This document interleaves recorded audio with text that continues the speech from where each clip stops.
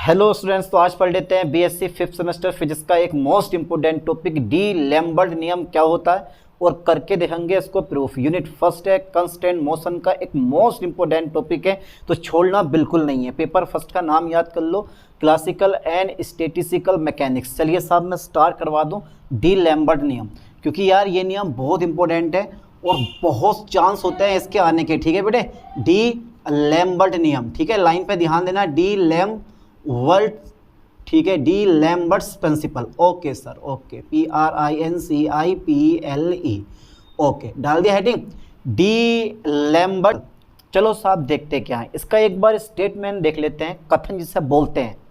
हर एक पॉइंट को क्लियर करते हुए चलेंगे और ऐसा कोई पॉइंट ना हो यार जो छूट जाए, क्योंकि मोस्टली इंपॉर्टेंट टॉपिक पढ़ने हैं, क्योंकि गोली 6 होंगी और उनमें से एक ही मारेंगे और ऐसे मारेंगे कि लग जाए, यानी कि जो क्वेश्चन हम पढ़ के जाएंगे वो आ जाए। चलिए पहले इसका स्टेटमेंट देख लेते हैं। स्टेटमेंट समझते हो ना भैया, स्टेटमेंट कथन देख लेते हैं। चलिए इस कथन को समझने के लिए इसके एक फॉर्मूला मैं लिखता हूँ। बेटा ये फॉर्मूला बहुत ज़रूरी है याद करना, ये फॉर्मूले बिना फिजिक्स अधूरी है। ठीक है, n equal to, n for number है, यानी कि नंबर ऑफ पार्टिकल, ये कणों की संख्या, किसी सिस्टम में कणों की संख्या है ये। चलिए देखते हैं।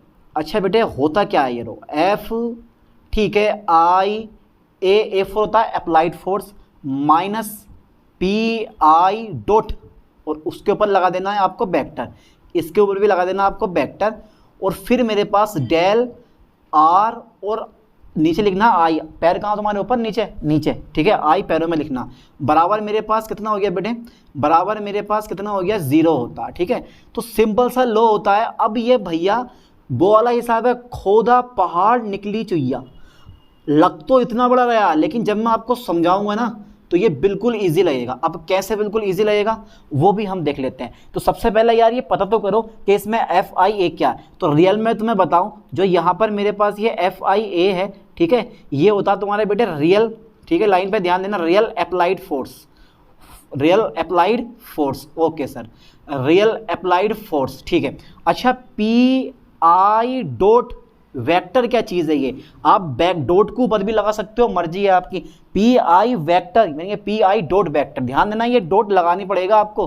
ठीक है, अब क्यों लगाना पड़ेगा वो भी अभी हम लाए। इसको बोलते हैं उत्क्रमित प्रभावी बल, या बोलते हैं इसको हम इनर्शिया फोर्स। ठीक है, इनर्शिया फोर्स, इनर्शिया फोर्स, ठीक है, यानी कि जड़त्व बल या उत्क्रमित प्रभावी बल भी आप बोल सकते हो। ठीक है, चलिए हो गया। और ये डेल जो है मेरे पास, डेल RI, डेल RI ये होता है वर्चुअल, ठीक है बेटे, virtual displacement, displacement. Okay sir, virtual displacement, इसको बोलते हैं आभासी विस्थापन। देखो बिल्कुल समझ में आ जाएगा, तो ध्यान देना, ये है रियल अप्लाइड फोर्स जो आपने फोर्स अप्लाई किया है, और यह है इनर्शिया फोर्स, इसको बोलते हैं जड़त्व यानी कि जड़त्व बल, और एस यानी कि डेल्टा RI या डेल RI बोल दो या डेल्टा बोल दो, तो मैं इसको डेल्टा बोल देता हूँ। डेल्टा RI क्या है, वर्चुअल डिस्प्लेसमेंट, इसको हम हिंदी में कहते हैं आभासी विस्थापन। ठीक है, अब आभासी विस्थापन की दिशा में, यानी कि किसी कण पर किसी बल द्वारा आभासी विस्थापन की दिशा में किए गए कार्य को आभासी कार्य कहते हैं। इस चीज़ की आभासी कार्य की परिभाषा लिख लो, क्योंकि आभासी कार्य का यहाँ कई बार नाम आगा। तो किसी कण पर किसी बल द्वारा आभासी विस्थापन की दिशा में किए गए कार्य को आभासी कार्य कहते हैं। ये परिभाषा लिख लो जो मैंने बोली है, लिख लोगे ना। चलिए साहब, ओके ओके, तो ये वर्चुअल डिस्प्लेसमेंट है। वर्चुअल डिस्प्लेसमेंट मतलब आभासी विस्थापन। अब ये सब चीज़ें आज देखने वाले हैं कि यार ये चीज़ें होती क्या हैं। पहले ये बताओ, ये चीज़ समझ में आई नहीं आई? अगर ये चीज़ समझ जाओगे तो सिंपल सी बात है, इसका स्टेटमेंट समझ जाओगे आप। बताओ ज़रा पहले, तो ये A फॉर अप्लाइड, यानी कि ये क्या, रियल अप्लाइड फोर्स है। PI डॉट वेक्टर जो है वो क्या चीज़ है, इनर्शिया फोर्स है, और डेल्टा RI क्या चीज़ है हमारे पास, वर्चुअल डिस्प्लेसमेंट है। ओके सर, ओके, तो दिस वन इज वर्ग बैठ गया ना, यानी कि आभासी विस्थापन की दिशा में किए गए कार्य को आभासी कार्य कहते हैं। बल गुणा विस्थापन को कार्य कहते हैं, क्योंकि आभासी विस्थापन है और ये बल लगा पड़ा है, तो ये क्या हो गया हमारे पास, आभासी कार्य हो गया। और आभासी कार्य कितना तुम्हारे पास, 0 है, पर किसका, पूरे सिस्टम का। यानी कि अगर मैं लिखूं कि इस नियम के अनुसार, इस नियम के अनुसार, ठीक है सर, चलो इस नियम के अनुसार, ओके ओके ओके ओके, ध्यान देना, किसी गतिमान, किसी गतिमान, ओके सर ओके, किसी गतिमान कण निकाय का, किसी गतिमान कण निकाय का, ठीक है सर, किसी गतिमान कण निकाय की साम्य अवस्था के लिए, साम्य अवस्था के लिए, ओके सर ओके। स्टेटमेंट पर फोकस करना बेटे, यहाँ पे एक्विलिब्रियम यूज होता है, ठीक है, साम्य अवस्था के लिए, साम्य अवस्था के लिए, ठीक है। रियल मतलब वास्तविक, रियल मतलब वास्तविक, ओके सर ओके। तथा, तथा जड़त्व, जड़त्व बलों द्वारा, जड़त्व बलों द्वारा, ठीक है, यानी कि इस नियम के अनुसार किसी गतिमान कण निकाय की साम्य अवस्था के लिए वास्तविक तथा जड़त्व बलों द्वारा, ठीक है, किया गया आभासी कार्य शून्य होता है, किया गया आभासी कार्य, क्योंकि आभासी विस्थापन की दिशा में किए गए कार्य को हम क्या बोलते हैं, आभासी कार्य कहते हैं। तो बल गुणा विस्थापन, यानी कि बल गुणा आभासी विस्थापन बराबर कार्य, सिंपल सी बात है यार। तो साम्य अवस्था के लिए वास्तविक तथा जड़त्व बलों द्वारा किया गया कार्य, किया गया, ठीक है, कौन सा कार्य किया गया, आभासी कार्य, ठीक है ठीक है, 1 मिनट, किया गया आभासी कार्य कितना होता है बेटे, 0 होता है, किया गया आभासी यानी कि वर्चुअल वर्क, ठीक है, आभासी कार्य शून्य होता है, ओके, शून्य होता है, ठीक है सर। अर्थात हम लिख सकते हैं नीचे, ठीक है, ये हमारा स्टेटमेंट हो गया, यानी कि परिभाषा हुई, अर्थात ये कहानी लिख दो आप बना के, ओके। यानी कि देखो फालतू की कथा हमें करनी क्या है, फालतू की कथा नहीं पढ़नी है हमें, अपना मेन पॉइंट पे आना है, हमें पेपर में लिख के आना है यार, ठीक है। और लिखने के लिए ये नोट्स आपको कहीं बाहर से आपको किसी नोट्स की जरूरत नहीं है। तो ध्यान देना, इस नियम के अनुसार किसी गतिमान कण निकाय की साम्य अवस्था के लिए वास्तविक तथा जड़त्व बलों द्वारा किया गया आभासी कार्य कितना होता है, 0 होता है। अर्थात ये सिस्टम आ गया, हो गया। चलिए इसकी पढ़ लेते हैं अब एक्सप्लेनेशन। अब एक बार ये देख लो, ये वर्चुअल डिस्प्लेसमेंट होता क्या चीज़ है, यानी कि ये आभासी विस्थापन है क्या चीज़। देखो एक वस्तु है, जरा आप थोड़ा ध्यान से सुनना, एक वस्तु मेरे पास ये रही और मैंने इस पर फोर्स लगाया, कितना फोर्स लगाया बेटे, F5 फोर्स लगाया, ठीक है। तो तुम जानते हो कि जड़त्व के कारण प्रत्येक वस्तु अपनी अवस्था में होने का, अपनी अवस्था में होने वाले परिवर्तन का विरोध करती है। जड़त्व के कारण प्रत्येक वस्तु अपनी होने वाली अवस्था में परिवर्तन का क्या करती है, विरोध करती है, ये आपको पता है, ठीक है। आपने फोर्स लगाया, वस्तु खिसकने की कोशिश करेगी पर खिसक नहीं पा रही है, क्यों, क्योंकि जड़त्व जो है वो इस वस्तु को रोके पड़ा है। मतलब जितना फोर्स आप इधर से अप्लाई करोगे साला इतना फोर्स ये इधर से भी अप्लाई होगा, यानी कि जितना फोर्स आपने इधर से अप्लाई करा उतना फोर्स इधर से भी अप्लाई होगा। जा वस्तु के इधर को जागी, अब जा वस्तु के इधर को जागी, अब समझ लो चीज़ को। तो यहाँ जो थोड़ा बहुत डिस्प्लेसमेंट हुआ होगा, यानी कि हमारी कल्पना होगी, क्योंकि ये आभासी है तो हमारी कल्पना होगी कि हो सकता है कि हमारा जो ये जो वस्तु है वो थोड़ी बहुत आगे खिसक जाए या खिसकने की कोशिश करे कि यहाँ से यहाँ तक पहुँच सकती है, वही हमारा वर्चुअल डिस्प्लेसमेंट होता है, वो रियल नहीं होता। रियल नहीं तो फोर्स रियल लगाया जाता है, लेकिन डिस्प्लेसमेंट हमारा रियल नहीं होता, बस कल्पना होती है, मान लेते हैं कि हाँ डिस्प्लेसमेंट हो सकता है, ठीक है। चलिए आगे देखते हैं इस चीज़ को। तो यहाँ से जो फोर्स लगेगा हमारा वो लगेगा PI, ठीक है, ये वाला फोर्स लगेगा, ये वाला, ये यानी कि FI इधर से लगाया तो PI डॉट इधर को लगेगा, ठीक है। और यहाँ दोनों एक दूसरे की अपोजिट डायरेक्शन में हैं तो PI डॉट इक्वल टू मेरे पास कितना आ जाएगा, 0 आ जाएगा। चलिए इसी चीज़ से इस चीज़ को हम प्रूव करके देखते हैं। हटाओ जरा डाल दो बेटे एक्सप्लेनेशन, ठीक है, एक्सप्लेनेशन, ओके सर, ये बहुत ज़रूरी है एक्सप्लेनेशन, ठीक है, यानी कि व्याख्या कर देते हैं इसकी। समझ में आ रहा है ना। देखो ज़्यादा बड़ा स्टेटमेंट मैंने लिखवाया नहीं है, सिंपल सी कहानी है, आराम से याद कर लोगे। चलिए एक्सप्लेनेशन एक बार देख लेते हैं, देख लें पक्का, ठीक है। जैसे कि मैंने तुम्हें बताया कि भाई मेरे पास एक वस्तु ये वाली है और तुम्हें पता है कि न्यूटन का द्वितीय नियम लगा दो। यहाँ पे आपने कौन सा फोर्स लगाया, आपने यहाँ पे FI लगाया, आपने फोर्स लगा दिया यहाँ पे, ठीक है, यहाँ पे FI एक फोर्स लगा दिया, आपने लगा दिया नहीं पक्का।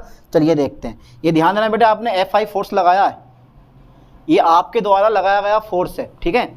चलिए ओके ओके ओके ओके, ये कोई वस्तु है, आपने एक बल लगा दिया, तो न्यूटन के द्वितीय नियम से आपने पढ़ रखा है, न्यूटन के द्वितीय नियम से, ठीक है सर, न्यूटन के द्वितीय नियम से क्या होता है, संवेग परिवर्तन की दर, ठीक है, संवेग परिवर्तन की दर, ये संवेग, थोड़ा जगह लिखो, मैं लिख रहा हूं मैं इसको, संवेग परिवर्तन की दर यानी कि PI, संवेग परिवर्तन की दर, ठीक है, दर मतलब समय से भाग कर दो, उस पर लगने वाले बाह्य बल के बराबर होती है। Okay, F I vector are equal to D P I vector upon D T. इसको आप एम में भी लिख सकते हो, एफ बराबर एम में, पढ़ाना आपने न्यूटन का द्वितीय नियम, ठीक है। तो जहां भी हम टाइम से भाग करते हैं उस चीज को हम लिख लेते हैं पी आई डॉट वेक्टर, यानी कि इस पूरी चीज को संवेग परिवर्तन की दर को हमने क्या कर दिया, पी आई डॉट वेक्टर से। समझ में आया कुछ? आगे डॉट का यूज बहुत होगा, ध्यान देना, आगे डॉट का यूज हम बहुत ज़्यादा करने वाले होंगे, पर तुम्हें जो है घबराना नहीं है, समझ जाना कि हमने dt से भाग करी होगी। तो पी आई डॉट वेक्टर हमारे पास ये आ गया। चलिए इसको बराबर के इधर हम लेके आते हैं, तो बेटे कायम आ जाएगा ये हमारा, ये इस टाइम तो हमारा ये माइनस में दिखाई देगा। ओके सर, ओके, माइनस में हमारा दिखाई देगा। लो साहब, ये हमारा माइनस में दिखाई देगा, आ गया भैया माइनस में dot vector, are equal to 0 हो गया, आर इक्वल टू 0 हो गया। ओ 0 तो रहेगा, 0 हो गया, ठीक है। फॉर एग्जाम्पल, जरा लाइन पे ध्यान देना, ये जो मैंने कहानी ली है ये किसी एक कण पर लगने वाला बल है, यानी कि पूरे सिस्टम के लिए निकालूं तो, क्योंकि पूरे सिस्टम में कणों की संख्या कितनी मानी है मैंने, n मानी है। कितनी मानी है, n मानी है। तो 4n पार्टिकल, लाइन पे फोकस करना, 4 कैपिटल N पार्टिकल, ठीक है, कैपिटल N पार्टिकल, ठीक है, 4 capital N particles, 4 capital N particles, ठीक है। चलिए तो बेटा यहाँ पे लगा दोगे आप सिग्मा आई इक्वल टू 1 और कणों की संख्या n मान लोगे, ये आ जाएगा मेरे पास एफ आई वेक्टर माइनस के पी आई डॉट वेक्टर, ठीक है, ये आ गया मेरे पास, और r इक्वल टू 0, ठीक है। यदि वर्चुअल डिस्प्लेसमेंट कितना हो बेटे, यदि वर्चुअल डिस्प्लेसमेंट कितना हो, यह हम मानते हैं डेल आर आई हो, तो यदि आभासी विस्थापन, यदि आभासी विस्थापन बहुत कम, बहुत छोटा सा होता है, यदि आभासी इतना छोटा होता है कि पता भी ना चले, यदि आभासी विस्थापन डेल्टा आर आई हो तो इसकी गुणा इससे कर दो, ठीक है। लेकिन अभी जरा लाइन पे ध्यान देना, sigma I equal to 1 n, तो ये आ जाएगा मेरे पास वर्क डन, ये मेरे पास आ गया बेटे work done, a del R I equal to 0। अब ये और ये सेम है, नहीं है, अभी सेम नहीं है भैया, ये अभी ये बिल्कुल भी सेम नहीं है, बहुत दूर दूर तक सेम नहीं है, तो इनको सेम करो ठीक से। फिलहाल तो आपके पास डेटा इतना आ गया अभी, क्लियरली, ठीक है। तो मैंने डेल आर आई से इसमें मल्टीप्लाई कर दी है, इसका मतलब ये हो गया कि ये वर्ग बन गया, आभासी कार्य बन गया, नहीं बन गया, क्योंकि आभासी विस्थापन की गुणा आपने यहाँ करी, तो बल गुणा विस्थापन, बल गुणा आभासी विस्थापन बराबर हो गया हमारा आभासी कार्य, ठीक है। चलो यहाँ पर हमारा आभासी कार्य हो गया है, आभासी कार्य हमारा यहाँ हो गया। अब क्या करने वाले हैं, लेकिन आपको पता है, क्योंकि हम पीछे पढ़ चुके हैं कंस्टेंट मोशन, यानी कि कंस्ट्रेंट्स एंड कंस्टेंट फोर्स, व्यावरोध, तो वो भी इसमें हमें ऐड करना पड़ेगा, ठीक है, व्यावरोध भी हमें ऐड करना पड़ेगा। चलिए एक काम करता हूँ, ये जो स्टेटमेंट है यहाँ तक का आप स्क्रीनशॉट ले लिया होगा, ले लिया ना लिया है तो भैया स्क्रीनशॉट ले लो, मैं इसको इरेज कर देता हूँ। चलिए साहब मैंने इसको इरेज कर दिया, क्योंकि इसका हमारे पास कोई काम नहीं है, बस आप इक्वेशन पे ध्यान देना कैसे कैसे हमें करनी है।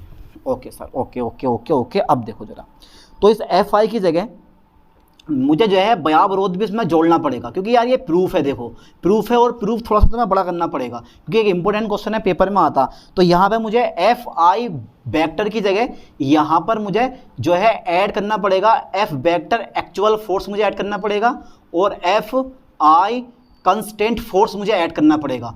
कंस्टेंट फोर्स अगर व्यावरोध है तो सही है, वरना से 0 कर देंगे हम। ओके, माइनस के मेरे पास पी आई डॉट वार हमारे पास परमानेंटली रहेगा, और आभासी विस्थापन हमारे पास ये ऐसे का ऐसे रहेगा, बराबर कितना होगा मेरे पास 0 होगा, ठीक है। अब देखो मैं क्या करूँगा, मैं भैया इन दोनों को क्या कर लूँगा, इन दोनों को एक जगह कर लूँगा, और इसकी गुणा, देखो इसकी गुणा इससे भी होगी, इसकी गुणा इससे भी होगी, इसकी गुणा इससे भी होगी, ऐसी इसकी गुणा इससे भी होगी, इसकी गुणा इससे भी, इसकी गुणा इससे भी। आप BSc 5th सेमेस्टर में पढ़ रहे हो, छोटे मोटे बच्चों का खेल नहीं है, समझना इसे, ठीक है भैया। BSc 5th सेमेस्टर में हो तो सिंपल सी बात है, मैं इन दोनों को साथ कर दूं, अरे थोड़ा वो शॉर्टकट मारना भी बड़ा ज़रूरी है मेरे दोस्त, और शॉर्टकट मार के ही काम चलेगा, ठीक है। तो यहाँ मैं कर दे रहा हूँ एफ आई ए माइनस के पी आई, ठीक है, डॉट पे लगा दो बेटे बार, इस पर भी लगा दो बार, ठीक है, यानी कि वेक्टर है बेटे, बार नहीं है, वेक्टर लगा दिया मैं, लगा दिया। इसकी मल्टीप्लाई कर दो डेल आर आई, ठीक है, यानी कि इसकी गुणा मैंने इससे भी करी, इसकी गुणा मैंने इससे भी करी, ठीक है, और इसको मैंने ले, अरे सिंपल सी बात समझ गए होगा इस चीज़ को तुम। जैसे इसकी गुणा इससे करोगे, इसकी गुणा इससे करोगे, इसकी गुणा इससे करोगे, फिर इसकी गुणा इससे करोगे, इसकी गुणा इससे करोगे, फिर इसकी गुणा इससे करोगे, फिर इन दोनों को साथ लेके ये और ये कॉमन ले लोगे, ठीक है। अब प्लस में मेरे पास रह जाएगा सिर्फ ये वाला, अभी sigma F I C vector, और आई का मान 1 है और ये है मेरे पास n, और ये आएगा मेरे पास डेल आर आई बराबर कितना बेटे 0 है, ठीक है। अब मान लो कोई व्यावरोध यानी कि कोई व्यावरोध बल लगता ही ना हो, मान लो 0 है, यानी कि कांस्टेंट फोर्स द्वारा किया गया कार्य 0 हो तो, ठीक है, लाइन ऑफ फोर्स करें constraint, okay sir okay, constraints force द्वारा किया गया कार्य कितना बेटे, कंस्टेंट फोर्स द्वारा किया गया कार्य, ठीक, ध्यान देना, किया गया कार्य, कंस्टेंट फोर्स द्वारा किया गया कार्य कितना, 0 हो तो, 0, ठीक है, 0 हो तो, ओके ओके ओके ओके, 0 हो तो, लाइन पे ध्यान देना, जब किया गया कार्य 0 हो तो ये पूरा टर्म कितना हो जाएगा बेटे 0 हो जाएगा। कुल मिला के हमारा जो सिस्टम आएगा वो कितना आएगा, I = 1 n, ठीक है, एफ आई ए, ठीक है, इसको ऊपर वेक्टर लगा दो, माइनस के पी आई डॉट वेक्टर लगा दो, और डेल आर आई और प्लस का ये पूरा टर्म कितना हो गया बेटे 0 हो गया, बराबर किसका हो गया तुम्हारे पास 0। दिखा दो कि भाई ये जो कांस्टेंट फोर्स द्वारा क्या कर रहे हैं वो कितना 0 है, ठीक है। अब मेरे पास लास्ट फॉर्मूला आता है, I = 1 यानी कि number of particles n, F I actual force हमारा ये आ गया, माइनस इनर्शिया फोर्स हमारे पास ये आ गया डॉट, ठीक है, और डेल आर आई यानी कि वर्चुअल डिस्प्लेसमेंट, और R = 0, दिस वन इज, ये क्या है तुम्हारे पास, ये है, लिख दो लास्ट में कि ये क्या चीज़ है बेटे, ये है, ठीक है, D, okay okay, D Lambert, okay okay, D Lambert, ठीक है, प्रिंसिपल है, PRINCIPLE प्रिंसिपल है। चलिए साहब, तो ये जो है हमारे पास इस तरह से आप डी लैम्बर्ट नियम को यानी कि डी लैम्बर्ट नियम को प्रूव कर सकते हो और उसका कथन भी लिख के आ सकते हो। बताओ ज़रा कितना ईजी है, डिफिकल्ट है। अपनी नोटबुक में बढ़िया करके जमा के लिखो इस चीज़ को, ठीक है, और भैया इसको याद करो। और नेक्स्ट लेक्चर में हम कवर करने वाले हैं क्या चीज़ करने वाले हैं भैया, Lagrange equation from D'Alembert principle. Okay, चलिए साहब मिलते हैं नेक्स्ट वीडियो में, थैंक्स।